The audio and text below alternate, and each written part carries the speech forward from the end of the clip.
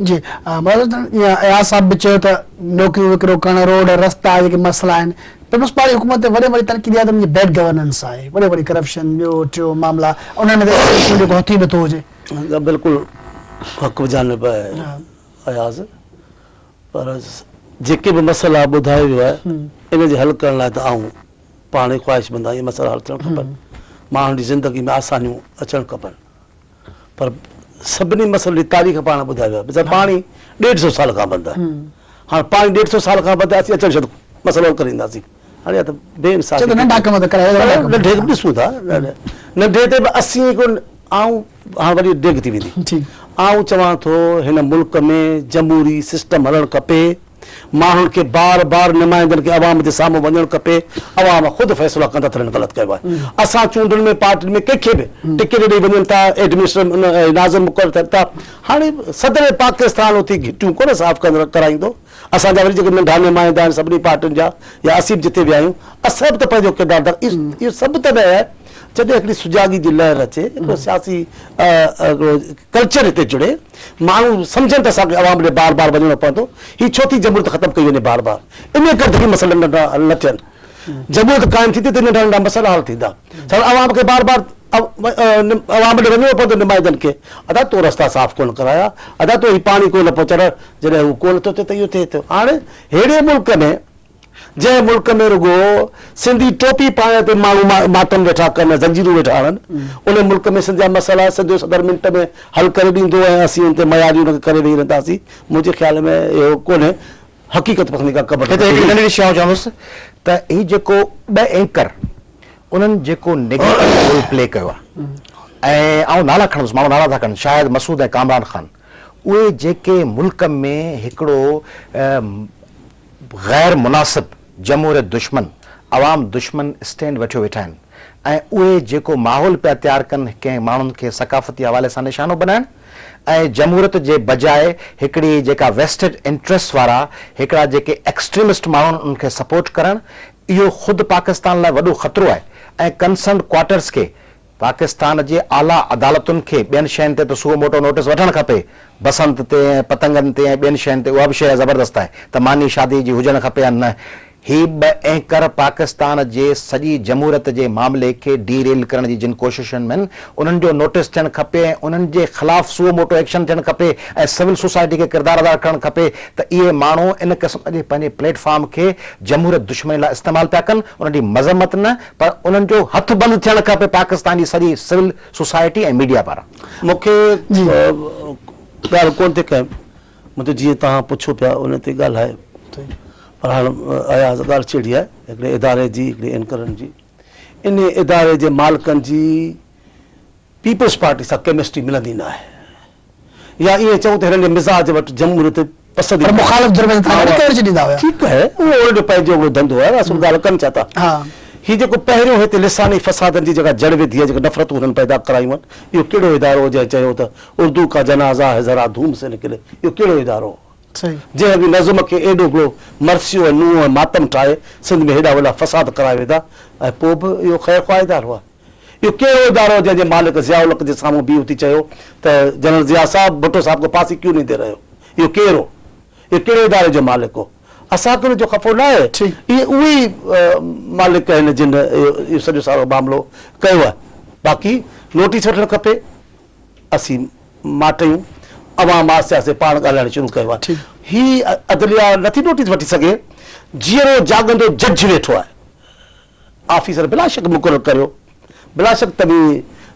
मुख़्तलिफ़ इदारनि में पंहिंजे पब्लिक जा माण्हू ऑफिसर जाइ ते मुक़ररु करियो अख़्तियार ही नोटिस वठण जहिड़ी ॻाल्हि न आहे त हेॾी अदलिया आलिया जो हेॾो इंसाफ़ जी तवक़ो आहे उनजो हिकिड़ो जीअरो जाॻंदो वेठो आहे जीअरो जंहिंखे कटहरे में घुराए सघिजे थो त तो ज़ुल्फ़कार अली भुट्टे खे सज़ाए मौत ॾियण महिल हीअ हाणे छो एतिराफ़ कयो आहे त मूं प्रेशर में विधो आहे जे तो प्रेशर में सज़ा ॾिनी त तो खून कयो आहे तो भुट्टे साहब खे क़तल कयो आहे कोर्ट खे त नोटिस वठणु खपे इन जस्टिस जेको सुप्रीम कोर्ट जस्टिस वेठो आहे इहो कद जो नंढो शींहुं टोपी पाए ईंदो आहे नवाज़ शरीफ़ जो वॾो लाडलो जज रहियो आहे उन चयो आहे रिटायर जज वॾो लाडलो जज रहियो आहे नवाज़ शरीफ़ जो जेके बि पीपल्स पार्टी जो भुट्टे साहब दुश्मन सभु कंहिंजो मुंहिंजो जी न अपील था कयूं न ठीक। असीं त अपील वेठा कयूं न त जे हेॾे साल मामलनि जो नोटिस वठो त ही अदालत आलिया जो हेॾो जज आहे एतराफ़ करे का कंटेम्प्ट काने जस्टिस नसीम हसन शाह उनखे अचणु खपे ऐं उन ते बिल्कुलु एक्शन थियणु खपे ऐं नसीम हसन शाह साहब थियणु खपे त उन चयो आहे त मूं प्रेशर में कयो आहे ज़ुल्फ़िकार अली भुट्टो जो केस ईअं खोलणु खपंदो हो जीअं हसीना वाजिद इक़्तिदार में अचण खां पोइ अवामी लीग में ऑपरेशन कई ऐं नसीम हसन शाह थियणु खपे ऐं प्लस बेनज़ीर साहिबा जी FIR दर्ज थियणु खपे ऐं जिन माण्हुनि उहो रस्तो धोतो उन्हनि एसपीस खे थियणु खपे ऐं मुर्तज़ा भुट्टे जी शहादत में जिन खे अक्विट थो कयो वञे ऐं मुर्तज़ा भुट्टे जे शहादत जे केस खे रोले असीं त अदलिया जे वकार जे लाइ बि वेठा मशवरो ॾियूं त पहिरीं जेको अदलिया उनखे त घुराए पूछे थो बेइज़ती कई सुप्रीम कोर्ट जी उनखे त इल्ज़ाम आहे पाकिस्तान पुलिस पार्टी ते सिंध पुलिस पार्टी हुकूमत ते त सिंध कार्ड इस्तेमाल थी करे छा आहे सिंध कार्ड मूंखे त तई सम्झ में कान आई आहे सिंध कार्ड जॾहिं बि को मामलो प्रेशर पए थो त सिंध पंजाब ही जेको ठीकु आहे असांखे भले पिया जीअं वणे ते पिया चवनि असां बलूचिस्तान में जॾहिं मसइलो पैदा थो थिए बलूचिस्तान जी ॻाल्हि था करियूं सरहद सूबे में जॾहिं हुते जे इंडस्ट्रियल एरिया जो मसइलो थियो माण्हू गोड़ घमसान में विया असां उते जी ॻाल्हि कई आहे हींअर बलूचिस्तान में जेको ॿाएताल ॿरियो पियो असां हुनखे थधे करण लाइ उन ॻाल्हि खे उन इशू खे खणूं बि था उनजे मसइलो करण लाइ बि कयूं था असां बलूचिस्तान कार्ड बि इस्तेमालु था करियूं अॼु सरहद जो कार्ड बि इस्तेमालु था करियूं ऐं जंहिंमहिल पंजाब जे बि हक़ीक़ी मसइले जी ॻाल्हि थिए थी जमहूरियत त पंजाब में थी अचे असां उहो था करियूं सिंध कार्ड छा आहे हीअ हर सिंध सिर्फ़ु इन करे जो पीपल्स पार्टी जी क़यादत जो तालुक़ सिंध सूबे सां आहे उन ते तनक़ीद जो जवाज़ पैदा करण लाइ जीअं तव्हांखे टोपी नथी वणे जीअं तव्हांखे सदर साहिब जो ॻाल्हाइणु नथो वणे जीअं कारकुन सां ख़िताब करणु तव्हांखे एतिराज़ आहे तीअं सिंध कार्ड हिकु नालो ठाहियो वियो आहे सिंध सां वाबस्ता पार्टी आहे सॼे पाकिस्तान में आहे हिन में कहिड़ी वॾी ॻाल्हि आहे जे सिंध जी ॻाल्हि करियूं था त ऐं जेकॾहिं असां सां ॿिए क्या इहा हुजे त असां सां बि इहो सुर रवा रखियो वियो हुजे त हिन मुल्क जो असीं मजबूर आहियूं सिंधी ॻाल्हि करण ते ऐं लास्ट क्वेश्चन तव्हां सिंध कार्ड ते कॉम्परस त बि जेको आहे ॾाढो पुलिस पार्टी जो सिंध कार्ड खसण जी कोशिशि कनि पिया कॉम्परस ते वटी सिंध जो कार्ड आहे पावर सॼो उन्हनि जो आहे मुंहिंजे ख़्याल में इंतिहाई तौहीन आमीज़ हूंदो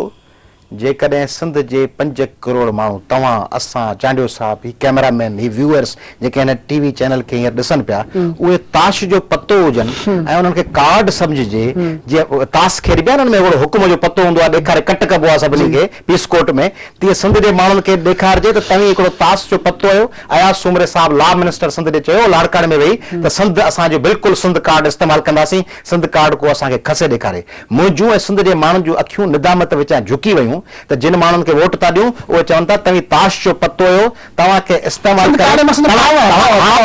पावर लाइ इस्तेमालु करे तव्हांखे 5 करोड़ माण्हुनि खे असीं पंहिंजे इक़्तिदार खे कंटिन्यू करण लाइ असीं पते वांगुरु इस्तेमालु कंदासीं ऐं जॾहिं मोट में ॾियण जो वारो ईंदो तॾहिं मोट में ॾींदासीं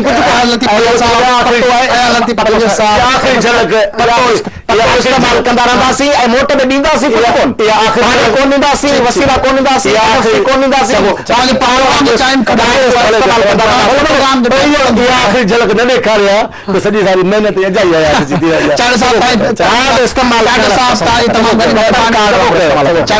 तमामु घणी महिरबानी नाज़रीन पॉलिटिकल टॉक में तव्हां अमित के सदर लतीफ़ अली जो ऐं सेनेटर मौला बख्श चांडियो पाकिस्तान पुलिस पार्टी तालुक रखंदड़ ॻाल्हियूं ॿुधियूं पंहिंजे मेज़बान रऊफ़ चांडियो के प्रोग्राम ते इजाज़त ॾींदा अल्लाह भाई।